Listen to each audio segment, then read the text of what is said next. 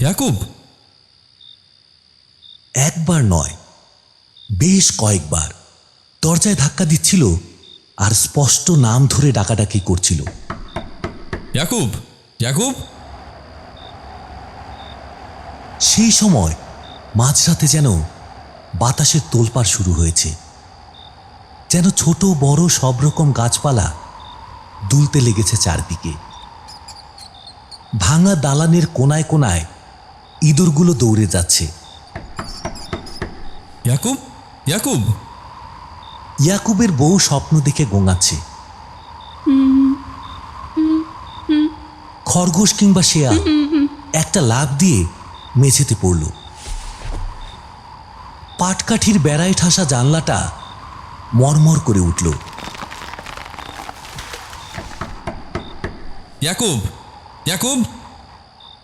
ইয়াকুব সরকারি লণ্ঠনটা তাড়াতাড়ি জেলে নিয়ে আগর ঠেলে বেরিয়েছিল।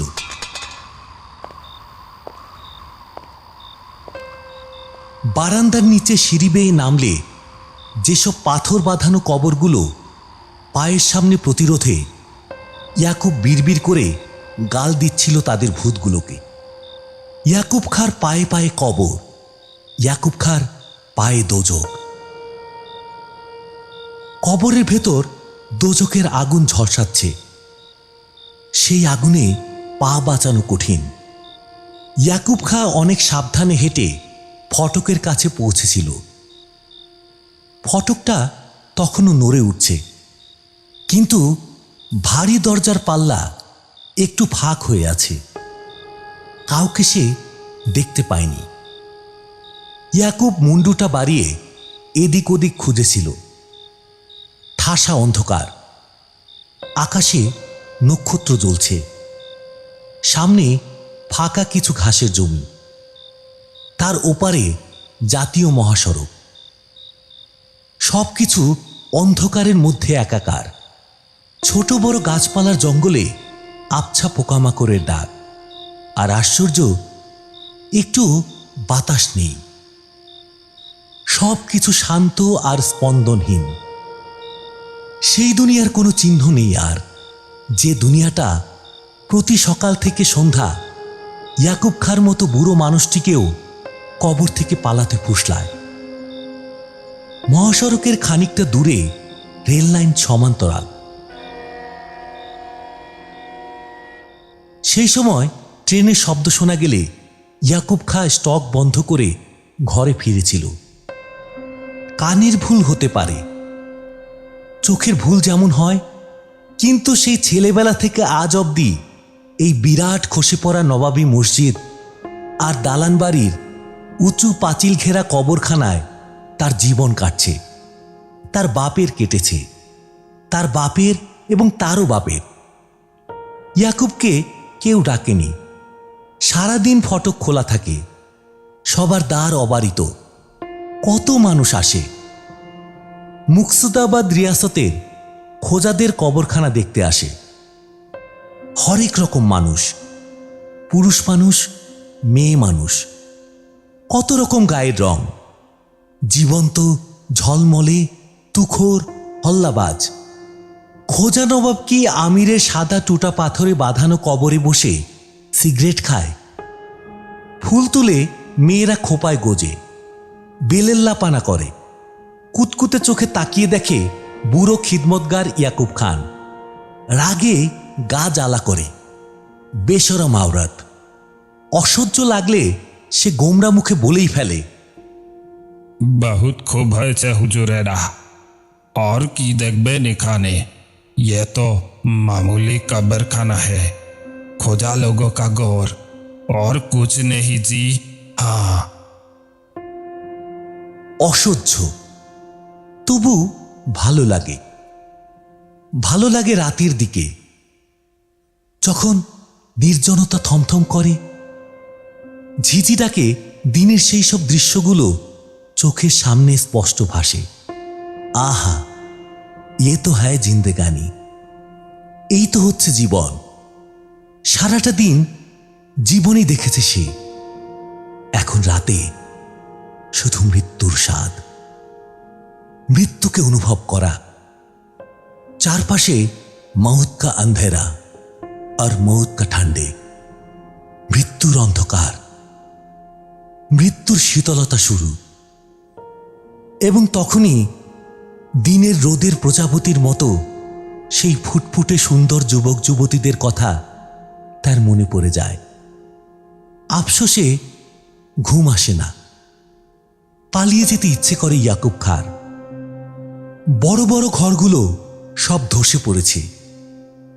দরজা জানালা কোনোটার খুলে নিয়ে গেছে চোরে, কোনোটার বা অন্য কেউ।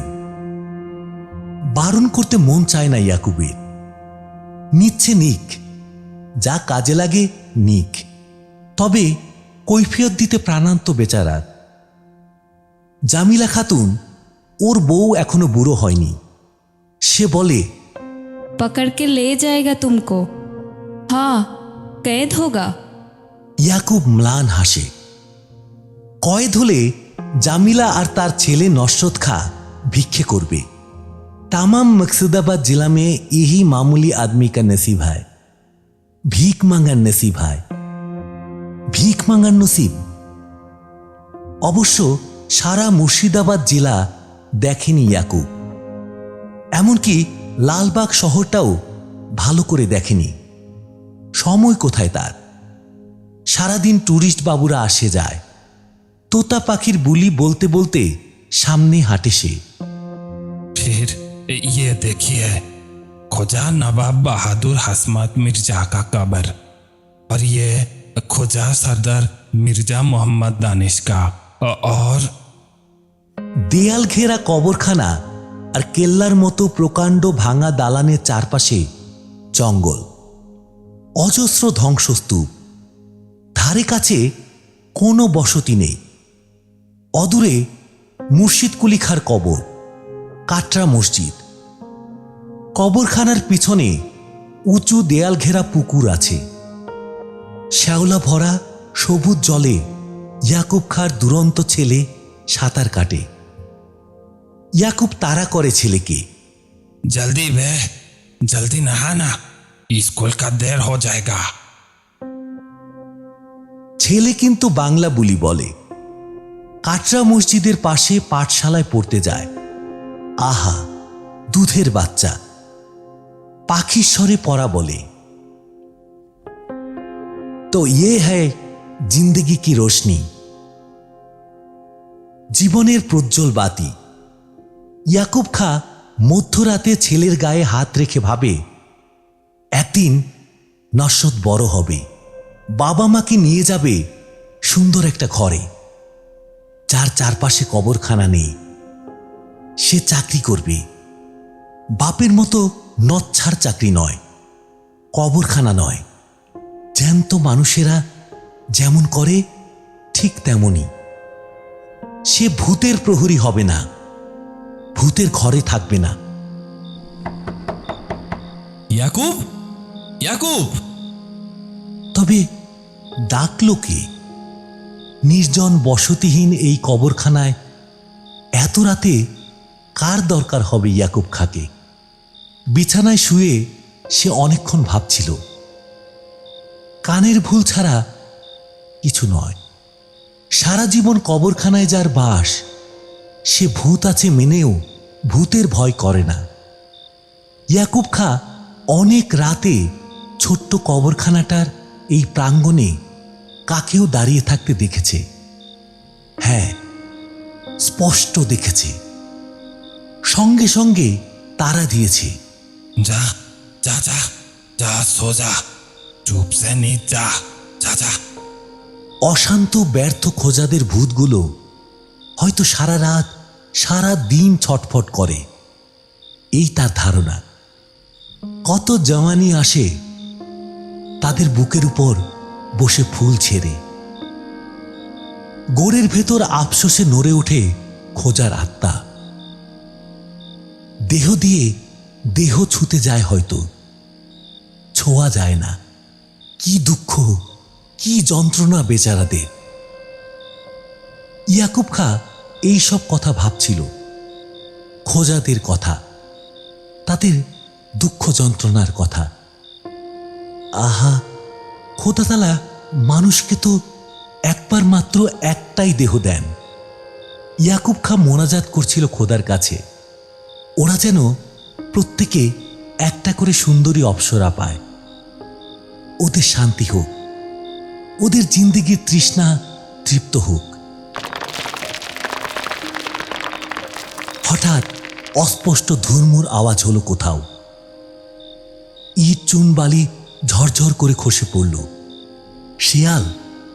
তাই হবে, কিন্তু পরক্ষণে অস্পষ্ট কথাবার্তারও আওয়াজ শুনে চমকে উঠল ইয়াকুব। ওদিকে সারবদ্ধ কয়েকখানা ঘর আছে, কোনোটির ছাদ আছে, কোনোটির নেই। ভেতরে ঘাস আর আগাছা, কোথাও যদি বা শূন্য, সারা মেঝেই জীবজন্তুর নাদি ছড়ানো। ইয়াকুব ফের বিকৃত মুখে উঠল। লণ্ঠনে দম বাড়িয়ে বেরুল সে, বারান্দায় দাঁড়িয়ে কান পাতল। হ্যাঁ, কারা চাপা স্বরে কথা বলছে। শরীর শিউরে উঠল তার। মানুষ না ভূত ওরা? কাঁপানো গলায় চেঁচালো সে। कौन कौन है? সঙ্গে সঙ্গে চুপ। ইয়াকুব লণ্ঠনটা তুলে ধরে সিঁড়ি বেয়ে নামল। ওদিকের ঘরের সামনে গিয়ে এদিকে ওদিকে আলো ঘুরিয়ে দেখবার চেষ্টা করল। কিছু দেখতে পেল না, কিন্তু কথা বলার আওয়াজ সে স্পষ্ট শুনেছে। এটা কোনো মতে ভুল হতে পারে না। ধ্বংসস্তূপের উপর সাবধানে পা বাড়ালো সে। শীতের মধ্যেও ঘাম দেখা গেল তার কপালে। তুলোর কম্বলটা গরম হয়ে উঠল যেন। শেষ প্রান্তের ঘুপটি ঘরের ভিতর দাঁড়িয়ে আছে যারা, তারা মানুষ। মানুষ কারণ এখানে ভূত অমন পোশাক পরে না। কোট প্যান্ট আর শাড়ি, একজন পুরুষ, অন্যজন মেয়ে। দরজার ভিতর লণ্ঠনটা উঁচিয়ে মুহূর্তে সে চিনতে পেরেছে ওদের। দিনের সেই বেলেল্লা লারকা লারকি। ইয়াকুবের মুখটা বিকৃত হাসিতে ভরে উঠল। तो आप है? হিস হিস করে বলল সে। ये ठीक नहीं है ये। खानदानी आदमी का गोरस्तान में आप लोग क्या मतलब से आना इतना रात में हैं? যুবকটি হাসছিল। আরে এসো এসো খা সাহেব, বিদেশি মানুষ, কোথায় আর যাবো বলো তো? তখন তোমায় অমন করে বললাম রাত্রিটার মতো জায়গা দাও, দিলে না। কি বেহারা দেশ রে বাবা, কেউ জায়গা দিতে চায় না। অগত্যা কি আর করি, তুমিই বলো খা সাহেব। যুবতীটিও নির্লজ্জের মতো হাসছে। একটা মাদুর দেবে গো, কিছু ভাড়া নেবে বরং। সকালে বাস ধরে আমরা লাল গোলায় পদ্মা দেখতে যাব। কি দেবে গো? ইয়াকুব কি বলবে ভেবে পাচ্ছিল না। না, এমন কাণ্ড তার জীবনে কখনো ঘটেনি। দিনের বেলায় যে ট্যুরিস্ট দলটি এসেছিল, একটু দেরি করে এসেছিল, সন্ধ্যার সামান্য আগে, তাদের মধ্যে ছিল ওরা। যেন দলটাকে ফাঁকি দিয়ে এরা দুটিতে কেটে পড়বার মতলব করেছিল। কারণ এরা সবাই বেরিয়ে গেলে কবরের পেছনের ফুলের ঝোপ থেকে আচমকা এদের আবির্ভাব। 6টায় দেউরি বন্ধ করে দিতে হবে। ইয়াকুব সেই কথা বলতেই ওরা রাতের আশ্রয় চেয়েছিল। থাকবার মতো জায়গা নেই, তাছাড়া ওদের কেমন বেলেল্লা মনে হয়েছিল তার। দলের আড়ালে পরস্পর হাত ধরাধরি, এমনকি ঝোপের ভিতর চুমু খেতেও দেখেছিল সতর্ক ইয়াকুব। মানুষ এমন বেহায়া হতে পারে, ওরা যে স্বামী স্ত্রী নয় তাও মালুম হয়েছে তার। বাঙালি হিন্দু জেনানা লোক সিঁথিতে সিঁদুর পরে। মেয়েটির সিঁথি লক্ষ্য করেছিল সে, সিঁদুর নেই। তাজ্জব। ইয়াকুব ঘর ঘর করে বলল, আমি গরিব আদমি বাবু, रात में इतना परेशानी दीते एलेन केनो? शहर में जान, होटल আছে बहुत, शहर में बहुत भद्र आदमी भी আছে, সবাই জায়গা দেবে। ये गोरस्तान में काहे आप लोग থাকবেন? যুবকটি পকেট থেকে একটা 5 টাকার নোট বের করল। তোমার বকশিস ইয়াকুব খাঁ, এ বড্ড বিপদে পড়েছি। তা না হলে কি এখানে আসি আমরা? তুমিই ভেবে দেখো। বিপদটা কি ভেবে পাচ্ছিল না ইয়াকুব। 5 টাকা বকশিস। কবরখানার এই প্রহরী যে ট্যুরিস্টদের কাছে গাইড হয়ে ওঠে, তারা বড়জোর 2-4 আনা কেউ দিয়ে যায় দয়া করে। আর ওই 5 টাকা দিলে লালবাগের যে কোনো হোটেলওয়ালা তাকে থাকতে দিত।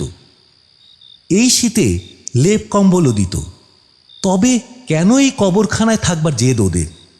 সে বলল, कुछ समझ में नहीं आता बाबूजी, आप लोग होटल में जाइए। যুবতীটি ম্লান হাসল। এত রাত্রে এই ঠান্ডার মধ্যে তুমি তাড়িয়ে দিচ্ছ ইয়াকুব? তুমিও তো মানুষ। তর্ক করতে ভালো লাগছিল না ইয়াকুবের। সে বিরক্ত কণ্ঠে বলল, ये कि আপনাদের মতো আদমির জায়গা আছে হুজুর? জঙ্গলি গোরস্থান, সাপ আছে, বাঘ भी আছে। তো कोई খারাপ হয়ে গেলে পেরেশানি আমার হবে। যুবকটি এবার গম্ভীর কণ্ঠে বলল, ঠিক আছে, আমরা কিন্তু থাকছি। পারো তো জোর করে বের করে দাও। কি নাছোড়বান্দা রে বাবা। ইয়াকুব গজগজ করতে করতে ঘরে এলো। গোল্লায় যা করা, তার কি? গায়ের জোরেও এটে ওঠা যাবে না। জওয়ান লোক, তাগদ আছে গায়ে। ইয়াকুব বুড়ো হয়েছে। তাছাড়া চেঁচামেচি করে তো লাভ নেই, কে শুনতে পারে? আশেপাশে কোনো বসতি নেই যে বিপদে আপদে লোকের সাহায্য পাবে সে। স্তূপগুলোয় সাবধানে পা ফেলে নামবার সময় হঠাৎ তার মনে হলো টাকাটা নিয়ে এলেই ভালো হতো। 5-5টা টাকা। মাসে 30 টাকা মাইনে পায় সে। এ বাজারে কি কষ্টে যে দিন কাটছে বলার নয়। জামিলা খাতুন শুনলে তাকে বকবে, তার আক্কেলে নিন্দে করবে। ওই টাকায় কালকের দিন কি পরের দিনটিও হেসে খেলে কেটে যেত। আফসোস লাগে। নিজের ঘরের বারান্দায় এসে কিছুক্ষণ চুপচাপ দাঁড়িয়ে থাকলো সে। টাকাটা চোখের সামনে অন্ধকারে উঠছে তাজা প্রজাপতির মতো, যেন গায়ে এসে ছুঁয়ে যাচ্ছে বারবার। তুলোর কম্বলটা গরম হয়ে উঠেছে। ফের গিয়ে বেহায়ের মতো চেয়ে উঠবে নাকি? বরং বুদ্ধি জেকে উঠল মগজে। বরং একটা কাজ করা যেতে পারে। বারান্দার এক কোণে পাটকাঠির বোঝা আছে একটা। জামিলা আশেপাশের এলাকা ঘুরে দিনমানে এগুলো সংগ্রহ করে আনে। এ তল্লাটে প্রচুর পাটের চাষ হয়। নালায় বা খালে ডোবায় চাষারা পাট পোস্তে দেয়। কিনারায় প্রচুর ভাঙাচোরা পাটকাঠি পড়ে থাকে। চুপি চুপি সেগুলো নিয়ে আসে গরিব দুঃখী মানুষেরা। ইয়াকুব খাঁ খাঁটি মানুষ, চোর নয়, বদমাশ নয়। তার বউ চুরি করবে এটা সে অপছন্দ করে, কিন্তু উপায় কি? চোখে দেখেও তো সব মেনে নিতে হয়। এও সেই রকম মেনে নিতে হবে ইয়াকুবকে।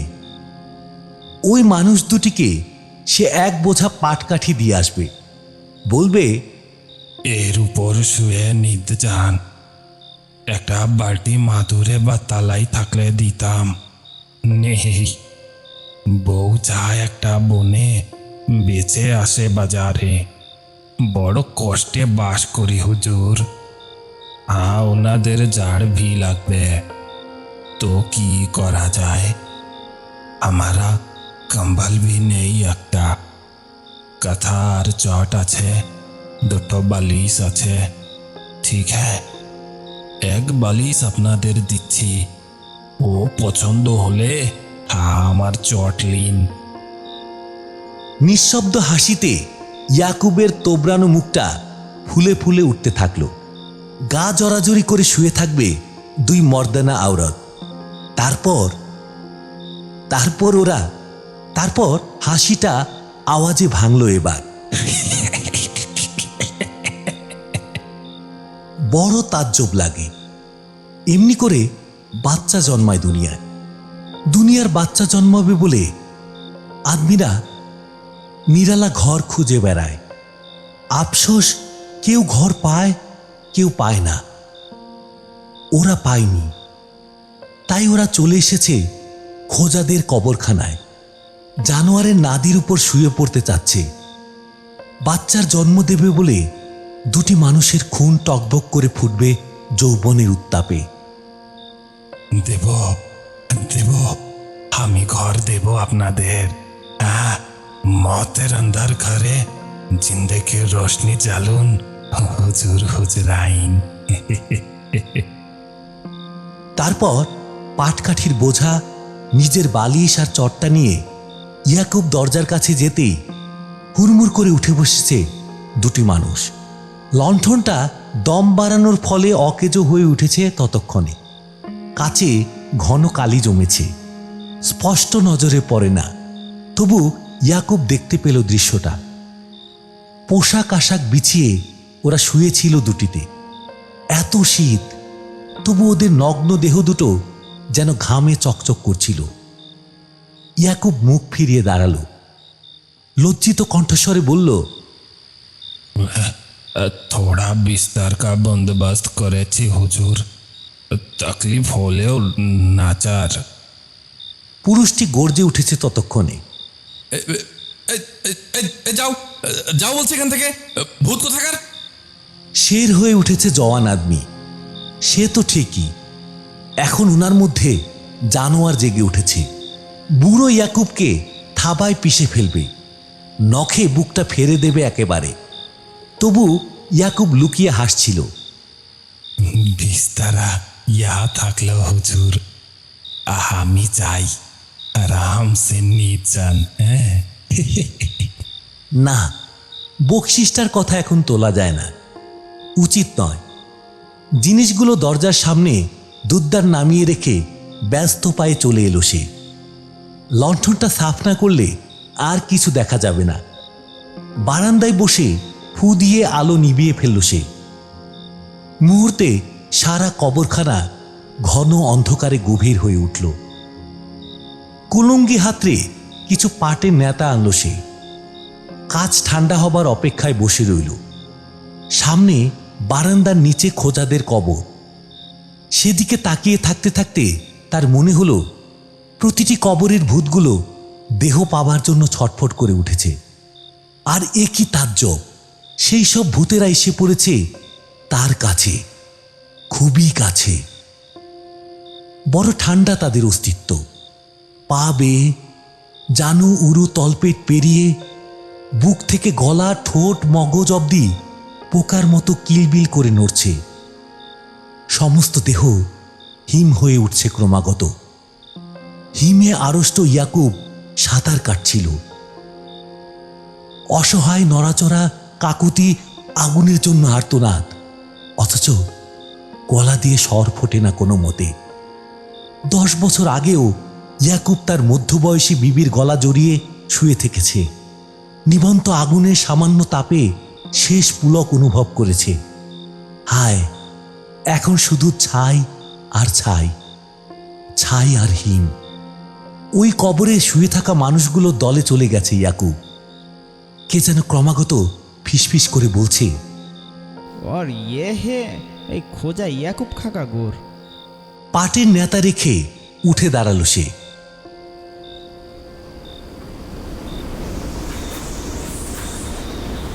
মনে হলো চারপাশের গাছপালা, বন জঙ্গল জুড়ে অদ্ভুত ঝড় শুরু হয়েছে।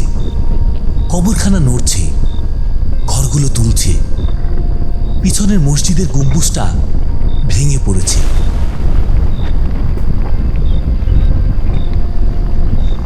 দুনিয়ার চৌচির হয়ে যাবার মতো এক প্রচণ্ড আলোড়ন অন্ধকার রাতটাকে তছনছ করে ফেলেছে। পায়ের নিচে মাটি দুলছে। বারান্দার থামটা আঁকড়ে ধরল সে। অস্ফুট বোবায় ধরা স্বরে চিৎকার করে উঠল, বাহু বাহু, জামিলা, জামিলা খাতুন।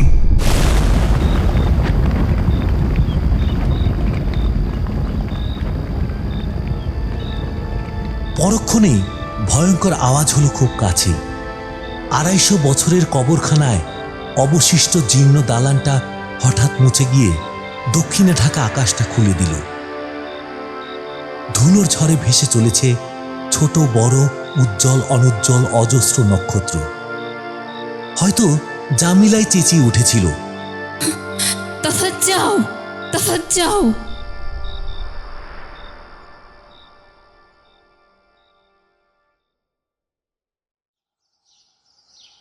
গল্পটা শেষ করে মুর্শিদাবাদের খোজা কবরখানার প্রহরী ইয়াকুব একটু হাসল, চোখে উদ্ভ্রান্ত দৃষ্টি। সাহেব, ওই ঘরগুলো মেহমান আর মোল্লা মৌলবীদের জন্য বানিয়েছিলেন নবাব। সেই মাঝরাতের ভূমিকম্পে সব ধসে যায়, আর মেরামত হয়নি। কি হবে বলুন? মুর্শিদাবাদে তো শুধু কবর আর কবর, শুধু কবর দেখতেই লোক আসেন, আর তো কিছু নেই। যেটুকু আছে জলদি সেটুকু খতম হয়ে যাবে, তারপর। বললাম, তোমার ছেলে কই, কোন ক্লাসে পড়ে? ইয়াকুব বলল, ছেলে কলেজে পড়ছে হুজুর, খরচ কোনো রকমে নিজেই চালাচ্ছে, থাকে বহরমপুরে। শনিবার বিকেলে বাড়ি চলে আসে, সোমবার চলে যায়। খুব হেটওয়ালা ছেলে হুজুর। স্কলারশিপ পেয়েছিল এক্সামিনে, তবে সামনে বার আর এসে আমাকে দেখতে পাবেন না। ছেলের চাকরি হলেই নিয়ে পলাবো এ ভূতের ঘর থেকে। এখানে কি আদমি থাকে হুজুর? একটু চুপ করে থেকে বললাম, আচ্ছা ইয়াকুব, ঘরগুলো ধসে পড়েছিল দেখছি, ওগুলো কেউ সরায়নি নিশ্চয়, সরালেই ওদের দেখতে পেত। ইয়াকুব ঘাড় নাড়ল, নির্বিকার মুখে বলল, কি দরকার? আমি কাকেও বলিনি ওনাদের কথা। ওনাদের আত্মীয় কুটুম্ব শরমে পড়তেন না হুজুর? এত নিষ্ঠুর এই লোকটা! আমার খুব খারাপ লাগলো এতক্ষণ। দুটি যুবক যুবতী ওই ধ্বংসস্তূপে নির্দিষ্ট হয়ে গেছে, কাকেও সে কথা জানায়নি সে। নাকি সবটাই বানানো গল্প? হয়তো আমায় যেমন আরও কতজনকে এই গল্প বলে চমক লাগিয়েছে ইয়াকুব। সম্ভবত তাই। ইয়াকুব আমাকে একটা মজাদার গল্প শুনিয়েছে মাত্র। কিছুক্ষণের মধ্যে এই বিশ্বাসটা দৃঢ় হলো মনের ভেতর। হাসতে হাসতে বললাম, তুমি লেখাপড়া জানলে জব্বর কিতাব লিখতে পারতে ইয়াকুব খা, খুব চমৎকার গব শায়েরি করতে পারতে। কাহে? ইয়াকুব বিস্মিত দৃষ্টিতে তাকালো আমার দিকে, তারপর উঠে দাঁড়ালো সে। বলল, ঠিক হ্যাঁ, আপনি আসুন আমার সঙ্গে। আপনি बहुत शरीफ आदमी, और अपना के बोलते भी हमारी इच्छा होलो। किसी को ये बात हमें बोले नहीं हुजूर, खुदार कसम। हाँ, आइए आइए आइए आइए, यहाँ पर देखिए। দক্ষিণ পূর্বের ধ্বংসস্তূপের পাশে একটা মাত্র দেয়াল খাড়া হয়ে আছে। সেখানে আঁকাবাঁকা হরফে নাম লেখা আছে অনেকগুলো। একদা ট্যুরিস্টরা এসে লিখে গেছে। এখন এদিকে কেউ আসে না, এলে কবর দেখেই চলে যায়। ইয়াকুব আঙুল তুলে দেখালো, देखिए हुजूर। মুহূর্তে আমার গা শিউরে উঠেছে, পা দুটো কাঁপতে লেগেছে। ইটের স্তূপের ফাঁকে আগাছা ঝোপ, তার শেকড়ে জড়ানো একরাশ ধূসর চুল, তার পাশেই একটা মরার মাথা। কিছু হাড়। ইটগুলো কবে কে হয়তো সরানোর চেষ্টা করেছিল সে চিহ্ন স্পষ্ট। ইয়াকুব হাঁটু দুমড়ে বসে কয়েকটা ইট আর চুনসুরকির পিণ্ড সরাতে থাকল। মাকড়সার জাল, উই ঢিবির ঝোপ, তার নিচে আরেকটা মরার মাথা, এক টুকরো ধূসর কাপড়। কাপড়ের টুকরোটা আমার হাতে দিয়ে সে বলল, का देख रहा है हुजूर? কুরু হয়ে গেল কাপড়টুকু। কিছু পেলাম না। মুন্ডু দুটোর দিকে তাকালাম। দেহের জন্য রক্ত, মাংস, বাসনা, কামনা আর প্রেম ভালোবাসার জন্য একটু গভীর আকুতি আমাকে অস্থির করে তুলেছিল। দৌড়ে পালিয়ে যেতে ইচ্ছে করছিল, পারছি না। সযত্নে ঢেকে দিল ইয়াকুব। তারপর হাত দুটো ঝেড়ে উঠে দাঁড়ালো। সাদা ভুরু, সাদা গোবদারি, তোবড়ানো বিবর্ণ মুখ, আর চোখের কোনায় পিছুটি ছাপিয়ে জল ঝরছে। দাড়ি ভিজে যাচ্ছে বুড়ো প্রহরীর। ये अफसोस है जिंदगी का। মাথা বারবার নাড়ছে দুপাশে। आदमी ऐसी तरह घर ढूंढ रहा है दुनिया में। खुदा, ঘর। মানুষেরা জন্ম দিতে চায় বলে, মানুষেরা জন্মাবে বলে, মানুষেরা ঘর খুঁজে ফিরছে। নিভৃত নির্জন ঘর, প্রকৃতির গভীরে, যেখানে ওই ঢিবি, জানোয়ারের নাদি, ব্যাঙের ছাতা, ঐতিহাসিক পুরনো দালান। তবু কেউ পায়, কেউ পায় না। কেউ পেয়েও সব হারায়। বললাম, চলি ইয়াকুব, 3টে ট্রেন। সেই মুহূর্তে ঘরের জন্যই আমার মনে তাড়া লেগেছে।